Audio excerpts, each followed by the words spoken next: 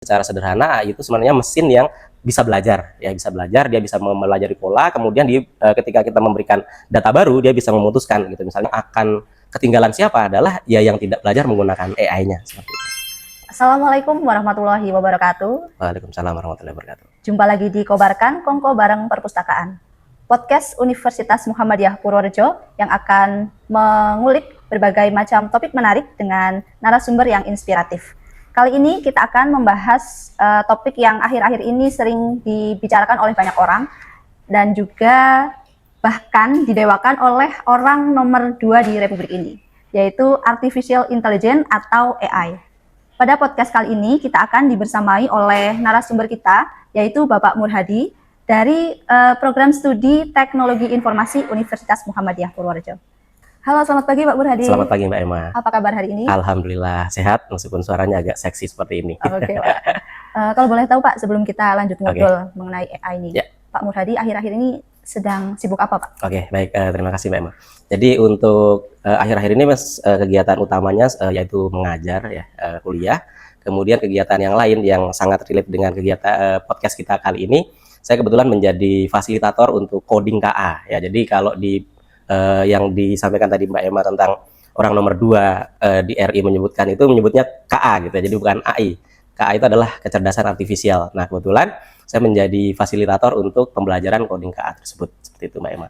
Dan di samping itu karena kegiatannya beberapa sudah selesai, itu beberapa sekolah juga kadang mengundang untuk bagaimana memanfaatkan KA ini di pembelajaran atau di sekolah dan seterusnya, seperti itu. Oke.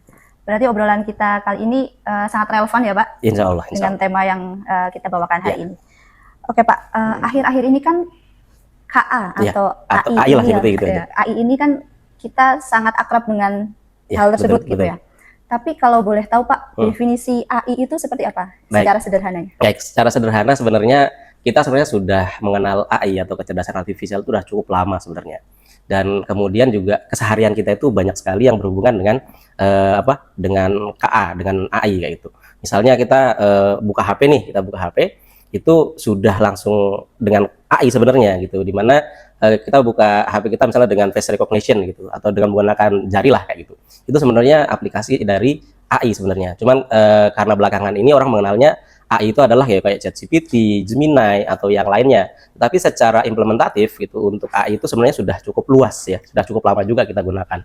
Sama seperti misalnya kita menggunakan Google Maps misalnya. Google Maps itu kan juga sebenarnya ada AI-nya juga, sehingga kita bisa lihat jalur terdekat, kemudian apa yang macet di mana dan seterusnya.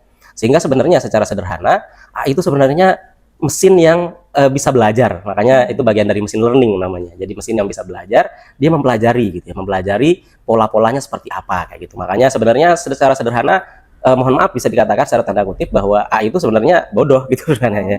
Bodoh juga, tapi dia bisa pintar karena kita berikan data. Ya datanya bisa macam-macam gitu ya. Makanya kalau karena sekarang adanya big data dan seterusnya itu mereka belajar dari sana ya. Jadi secara sederhana AI itu sebenarnya mesin yang bisa belajar, ya bisa belajar, dia bisa mempelajari pola, kemudian ketika kita memberikan data baru, dia bisa memutuskan gitu. Misalnya kita memberikan data tadi, kita buka HP dengan wajah misalnya kayak gitu. Itu kan kita registrasikan dulu wajah kita kan, registrasi wajah kita, baru nanti dia bisa mengenali kayak gitu. Jadi bisa mengenali ketika wajahnya Mbak Emma yang di HP-nya itu sesuai, itu bisa dibuka. Tapi kalau misalnya saya buka HP-nya Mbak Emma dengan wajah saya, mesti kan nggak bisa dibuka kayak gitu. Sehingga itu yang definisi secara sederhananya seperti itu.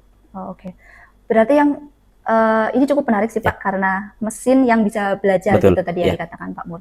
Padahal saya pikir tuh AI itu ya yang paling pintar gitu loh. Padahal dia juga belajar dari pola-pola yang kita berikan gitu ya. Betul. Gitu. Untuk contoh AI sendiri Pak, misalnya di lingkungan akademik seperti kampus, kira-kira apa saja Pak? Baik, jadi di semua bidang sebenarnya, di semua bidang untuk AI ini sangat membantu sekali gitu ya. Misalnya untuk di bidang akademik gitu, bahkan bidang akademik, misalnya mahasiswa ya menggunakan Grammarly ya, menggunakan Grammarly itu misalnya untuk ngecek kosakata dan seterusnya itu kan bisa langsung dicek ya, bisa langsung diketahui apakah tata bahasanya benar atau enggak kayak gitu. Itu salah satu contohnya. Kemudian contoh yang lain itu juga misalnya dosen gitu ya, dosen itu mencari jurnal dan seterusnya.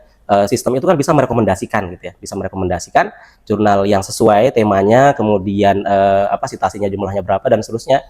Dia bisa menampilkan yang paling tinggi untuk datanya. Nah itu sebenarnya bagian dari AI. Selain itu kalau misalnya di beberapa tempat ya yang menggunakan LMS ya, atau Learning Management System, yang sudah cukup cukup bagus gitu ya, itu juga salah satunya ada yang menggunakan AI ya, ada yang menggunakan AI untuk misalnya bisa mendeteksi kemampuan belajar kita, kemudian prestasi kita, sehingga dia bisa merekomendasikan gitu ya, merekomendasikan mata kuliah atau course atau yang mata kuliah yang bagus seperti apa, yang sesuai dengan kita seperti apa. Jadi Untuk AI sendiri Pak, ya, pastikan ada dua sisi nih. ya betul. Kehadirannya pasti membawa sisi positif, Ya. juga ada sisi negatifnya begitu Oke, ya. betul. Untuk sisi positifnya, kira-kira peluang apa Ya. yang muncul ketika AI ini hadir Pak? Baik, seperti biasa untuk namanya teknologi baru ya, teknologi apapun itu mesti akan membawa dua sisi ya, sisi baik dan buruknya. Nah, kita mulai dari baiknya dulu gitu ya. Kalau di sisi baiknya adalah AI ini menjadi peluang yang sangat besar untuk kita bisa bisa mempercepat, mempermudah, dan bisa mengoptimasi gitu ya, mengoptimasi ke semua kegiatan kita.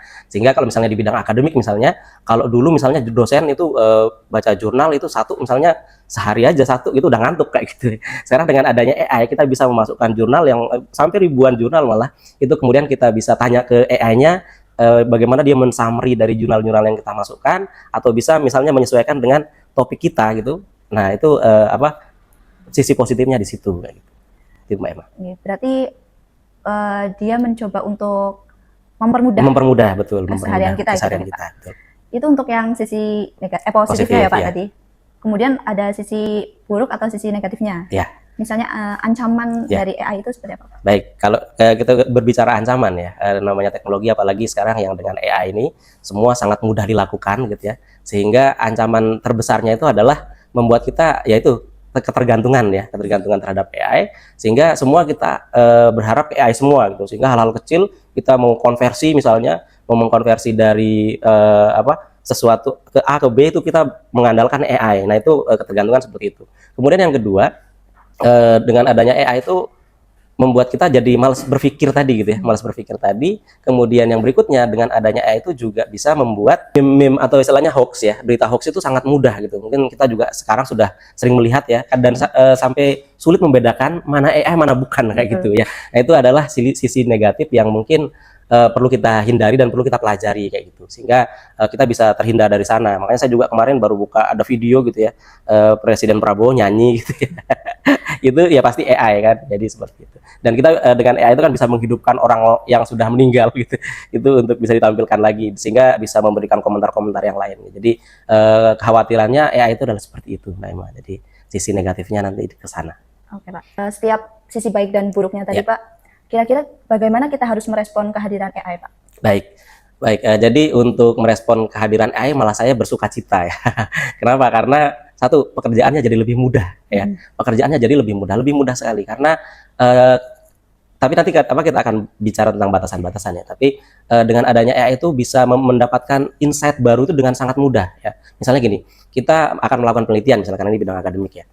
Kita mau melakukan penelitian, kemudian kita coba masukkan ke AI untuk kita tanya ya. Makanya cara penggunaan AI yang paling benar itu adalah kita jadikan AI itu sebagai teman brainstorming kayak gitu. Jadi teman untuk bagaimana kita bisa ngobrol gitu ya. Saya juga kadang sering ngobrol dengan AI, misalnya mau melakukan penelitian, kemudian mau nanya untuk metodologinya misalnya gitu. Ya, metodologinya saya nanya dulu ke AI, misalnya saya ada penelitian seperti ini, kira-kira saya menggunakan metode yang tepat seperti apa. Nah, di situ kan dia memberikan rekomendasi ya. Jadi dia memberikan rekomendasi. Nah, di sini salah satu bagiannya adalah kita tidak harus mengikuti rekomendasi itu ya. Kita bisa tanya lagi, atau mungkin ada beberapa hal yang mungkin sulit bagi kita, itu bisa kita tanyakan lagi. Misalnya kemarin saya juga akan melakukan penelitian tentang pengembangan model ya, pengembangan model untuk membuat model di smart village kayak gitu. Nah, di situ ada muncul satu istilah adalah ICT 4D gitu ya. Diberikan rekomendasi oleh si AI-nya itu ada istilah ICT 4D misalnya. Nah, itu kan di situ nggak jelas ya, nggak jelas ICT 4D itu apa. Sehingga saya harus nyari lagi, kayak itu nyari lagi. Jadi, tapi setidaknya saya sudah ada bekal awal untuk berdiskusi dengan AI bahwa oh ada metode seperti ini. Nah, jadi seperti itu. Jadi tidak kemudian yang digunakan sekarang ya, begitu muncul kita langsung copy paste nggak seperti itu. Tapi kita harus ada proses untuk kita lihat responnya seperti apa, baru kita kemudian pelajari lagi.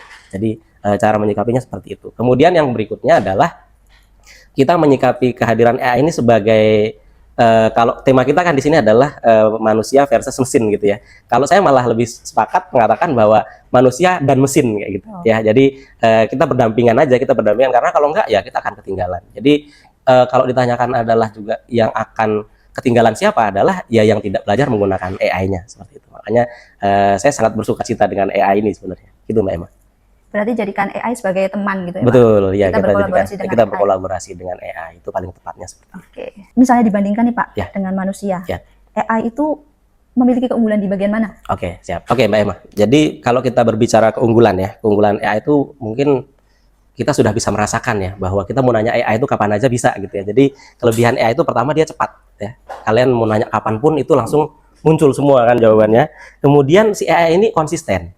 Konsistennya maksudnya gini, mungkin akan ada perdebatan ya. Kalau saya nanya ChatGPT sekarang jawabnya ini, besok ini, bukan ke sana. Tetapi dia konsistennya dalam memberikan datanya. Ya, datanya itu hampir sama semua bentuknya ya, sama semua karena pelatihannya kan sama. Atau contoh gini deh, waktu COVID misalnya, waktu COVID itu kan kita ada namanya Ginos dulu ya, itu juga berbasis AI sebenarnya.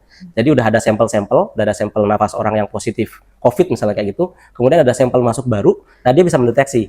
Ya, dia bisa mendeteksi. Artinya dia kan konsisten di situ untuk mendeteksi itu. Kemudian yang berikutnya adalah ini yang tidak dimiliki manusia. Ya. Itu AI itu tidak kenal lelah. Ya. Ya. Jadi teman-teman mau tanya kapan aja gitu ya, mau tanya malam-malam juga nggak ada masalah gitu ya. Makanya itu adalah kelebihan AI itu jadi disuruh membaca sebanyak apapun, ya sebanyak apapun datanya dia tetap baca terus ya. Selama servernya masih kuat, itu bisa terus. Makanya kalau dari sisi teknis ya AI ini sangat-sangat juara seperti itu. Nggak mudah lelah kayak kita yang dikit-dikit ngeluh gitu ya, Pak. Ya, kalau AI kan mau diminta kapan Mbak Emma aja dia jawab terus ya, malam-malam juga nggak apa-apa deh gitu ya. Iya, betul. Nggak mengenal jam kerja. Nggak mengenal jam kerja ya gitu. Oke, setelah itu Pak, kan tadi ada bagian yang lebih unggul dari manusia nih. Ya, betul. Tapi ada juga mungkin keunggulan manusia yang tidak dimiliki AI. AI, oke. Oke Mbak, dengan segala kelebihan si AI tadi gitu ya, dan kalau kita versuskan dengan manusia gitu ya, kita bandingkan dengan manusia, itu yang tidak dimiliki oleh AI itu adalah empati ya. Jadi AI itu tidak punya empati. Kita nanya apapun dia tetap dijawab, tapi dia tidak bisa memutuskan kayak gitu. Misalnya gini, kalau kita misalnya kan bisa ya melihat siswa kita misalnya, atau mahasiswa kita tuh misalnya kalau dia diam, kita kan bisa bisa memberikan sentuhan dalam tanda kutip ya, sentuhan baik dengan kata-kata atau apa, kan kita bisa seperti itu. Tapi kalau misalnya AI ya ada mahasiswa diam ya harus wake up kayak gitu misalnya kayak gitu. Tapi kalau AI tapi kalau manusia kan kita bisa punya perlakuan khusus dan seterusnya sehingga dia bisa kembali ke track awal kayak gitu, itu bisa seperti itu. Kemudian di samping itu misalnya gini, kita memberikan nilai ya. Nilai kuliah misalnya. Kalau AI ya dia akan menilai sesuai dengan yang misalnya dia mengerjakan apa, ya udah nilainya itu kan seperti itu. Tapi bedanya dengan manusia di situ, ada empati di situ gitu. Ada empati di mana kalau kita memberikan nilai kan tidak hanya sekedar dari yang dikerjakan, tapi masih ada karakter, kemudian masih ada mungkin kita lihat effortnya kan seperti itu. Jadi yang tidak dimiliki oleh AI itu salah satunya adalah ya empati. Empati. Itu, ya. Makanya perlunya kolaborasi antara AI dan manusia itu sendiri ya, Pak. Betul. Biar seimbang gitu, tidak timpang satu sama lain. Balance ya. Terkait penggunaan AI, Pak. Ya. Kira-kira hal-hal apa saja yang perlu diperhatikan supaya kita sebagai pengguna bisa bijaksana dalam menggunakan AI? Oke, kalau kita lihat memang semua bisa dilakukan AI ya. Tapi ada batasan-batasannya, ada etika-etikanya di mana mungkin kalau misalnya kita menggunakan AI itu yang pertama harus bertanggung jawab dulu. Ya, penggunaannya harus bertanggung jawab. Artinya kalau misalnya kita menggunakan AI, misalnya saya juga tidak pernah melarang mahasiswa ya untuk misalnya mengerjakan tugas pakai AI, nggak pernah saya larang. Boleh silakan dipakai aja. Tetapi seperti tadi kita sempat mention di awal bahwa penggunaan AI ini harus bertanggung jawab. Artinya kita tidak boleh misalnya langsung generate gitu ya. Generate misalnya buatkan saya tugas ini misalnya kayak gitu. Itu nggak bisa seperti itu, tetapi kita harus saring lagi gitu ya. Saring, kemudian kita harus sesuaikan. Karena dari kemarin-kemarin saya juga dengar curhatan dosen yang lain gitu ya. Dimana kadang mahasiswa itu tinggal copy paste ya. Copy paste dari AI kemudian langsung ditaruh di jawabannya gitu. Nah, itu nggak boleh ya. Kemudian yang kedua tentang data pribadi. Nah, ini kadang juga mungkin kita di Indonesia tidak begitu aware terhadap seperti itu karena kita harus perhatikan juga term and condition yang diberikan oleh layanan AI itu. Misalnya ChatGPT memberikan data seperti apa, kemudian Gemini itu ada datanya seperti apa. Ada beberapa penyedia AI yang memang menggunakan data kita untuk belajar gitu ya. Misalnya saya memasukkan foto, itu orang bisa generate foto sesuai dengan saya misalnya kayak gitu. Kenapa? Karena dia belajar dari situ. Nah, sehingga pesannya adalah ya usahakan kita juga menggunakan memberikan data kepada AI itu secara bertanggung jawab. Artinya tidak kemudian mengumbar data yang kepada AI itu juga. Jadi memang privasi itu juga masih sangat diperlukan seperti itu. Kira-kira ada batasan-batasan nggak sih Pak untuk penggunaan AI ini sendiri? Baik, jadi untuk batasannya adalah karena tadi ya perbedaannya antara AI dengan manusia itu di situ ya. Jadi ketika kita misalnya memberikan keputusan kepada meminta keputusan kepada AI itu hanya memberikan pertimbangan secara teknis ya. Tetapi kalau untuk keputusan itu tetap diberikan kepada manusia. Jadi nggak boleh misalnya kita harus mengikut semua yang diminta AI itu, jangan ya. Jadi yang bisa digunakan adalah bahwa AI itu boleh memberikan saran gitu ya, tetapi yang memutuskan itu manusia. Sama, dan misalnya contoh sederhana misalnya kita pakai rute map misalnya. Rute map itu kita udah program, misalnya saya dari sini ke Loano misalnya kayak gitu. Ya, itu kan ada beberapa kadang rutenya tidak sesuai. Ya kan? Pertanyaannya adalah apakah kita harus ikut AI?